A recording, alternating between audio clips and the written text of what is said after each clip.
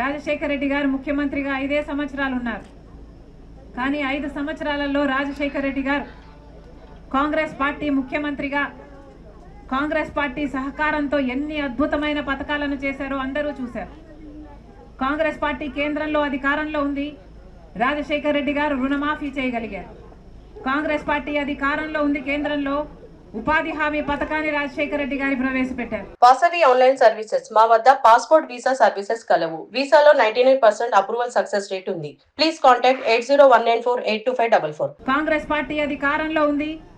ఎన్నో అద్భుతమైన కార్యక్రమాలు, రుణమాఫీ అయితేనేమి, ఫీజు రీయింబర్స్మెంట్ అయితేనేమి, ఆరోగ్యశ్రీ అయితేనేమి, జలయజ్ఞం అయితే ఏమి, 40 లక్షల మందికి పైగా ఇల్లులు అయితేనేమి, ఇలాంటివి ఎన్నో చేయగలిగాడు రాజశేఖర రెడ్డి గారు. చెప్పాలనుకుంటున్నది ఏమిటి అంటే, రాజశేఖర రెడ్డి గారు కాంగ్రెస్ పార్టీ మనిషి. కాంగ్రెస్ పార్టీ అధికారంలో ఉంది కాబట్టే కాంగ్రెస్ పార్టీ ముఖ్యమంత్రిగా రాజశేఖర రెడ్డి గారు ఎన్నో చేయగలిగారు. కానీ ఇప్పుడు జగనన్న గారు ముఖ్యమంత్రిగా ఉన్నారు. మరి జగన్మోహన్ రెడ్డి గారు ముఖ్యమంత్రి కాకముందు స్పెషల్ స్టేటస్ తీసుకొస్తానని చెప్పారు. వచ్చిందా స్పెషల్ స్టేటస్? వచ్చిందా అన్న స్పెషల్ స్టేటస్? ప్రత్యేక హోదా వచ్చునుంటే మన రాష్ట్రంలో నియోజకవర్గానికి కనీసం ఒక 100 కొత్త పరిశ్రమలు వచ్చేవి. అంటే ఎంత అభివృద్ధి జరిగి ఉండేది, ఎన్ని ఉద్యోగాలు వచ్చి ఉండేవి, ఎంత బాగుపడేది మన రాష్ట్రం. కానీ స్పెషల్ స్టేటస్ను తాకట్టు పెట్టాడు జగన్మోహన్ రెడ్డి గారు, బీజేపీ పార్టీ. స్పెషల్ స్టేటస్ ఈరోజు లేదు.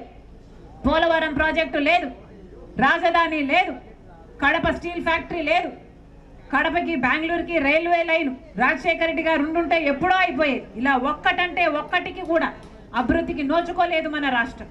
ఇవన్నీ ఒక ఎత్తు అయితే, ఈరోజు రాజశేఖర రెడ్డి బిడ్డ కడప పార్లమెంటుకు పోటీ చేయడానికి కారణం అదే జగన్మోహన్ రెడ్డి గారు. ఎవరైతే రాజశేఖర రెడ్డి గారి తమ్ముడు వివేకానంద రెడ్డి గారిని హత్య చేశారో, మళ్ళీ ఆ హత్య చేసిన వాళ్ళకే జగన్మోహన్ రెడ్డి గారు మళ్ళీ ఎంపీ టికెట్ ఇచ్చారు. ఇది ఎంత మటుకు సబబు అని అడుగుతున్నా. దోషులు వాళ్ళు అని సిబిఐ చెప్తుంది, సాక్ష్యాలు చెప్తున్నాయి, ఆధారాలున్నాయి, వాగ్మూనాలున్నాయి. ఇలాంటి అన్ని ఉన్నప్పటికీ కూడా ఈ రోజు వరకు కూడా హత్య చేసిన వాళ్ళకి ఇంకా శిక్ష పడలేదు అంటే జగన్మోహన్ రెడ్డి గారు అధికారాన్ని అడ్డుపెట్టుకుని వాళ్ళని కాపాడుతుండడమే కారణం.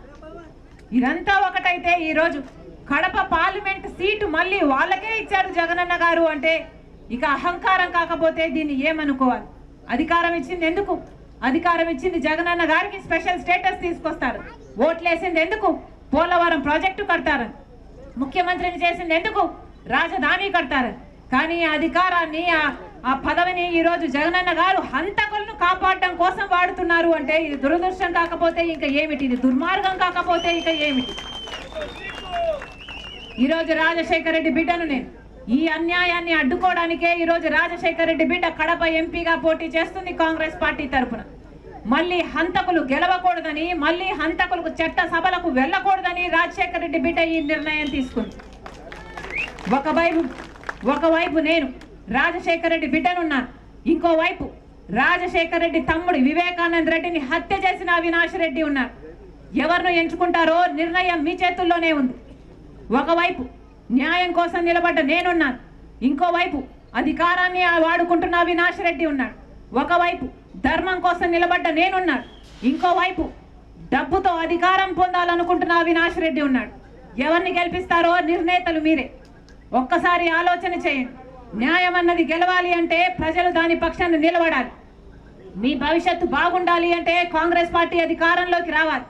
మన రాష్ట్రానికి స్పెషల్ స్టేటస్ ప్రత్యేక హోదా రావాలన్నా, పోలవరం ప్రాజెక్టు కట్టుకోవాలన్నా, మనం ఏ ఇతర ప్రాజెక్ట్ అయినా, కడపలో స్టీల్ ఫ్యాక్టరీ చూడండి ఎలా ఉంది దాని పరిస్థితి. పథకాలు శంకుస్థాపనలకు వేసే ప్రాజెక్టుగా తయారైంది తప్పితే ఒక్క అడుగు కూడా ముందుకు పడలేదు. రాజశేఖర రెడ్డి గారు ఉండుంటే ఈ పాటికి కడప స్టీల్ ఫ్యాక్టరీ అయిపోయేది కదా? వాస్తవం కాదా? ఒక్కసారి ఆలోచించండి. మన బిడ్డల భవిష్యత్తు బాగుండాలన్నా, మన రాష్ట్రం అభివృద్ధి చెందాలన్నా, ఈ హత్య రాజకీయాలకు స్వస్తి పలకాలన్నా జగనన్న గారిని, అవినాష్ రెడ్డి గారిని ఓడించాల్సిన అవసరం ఉంది.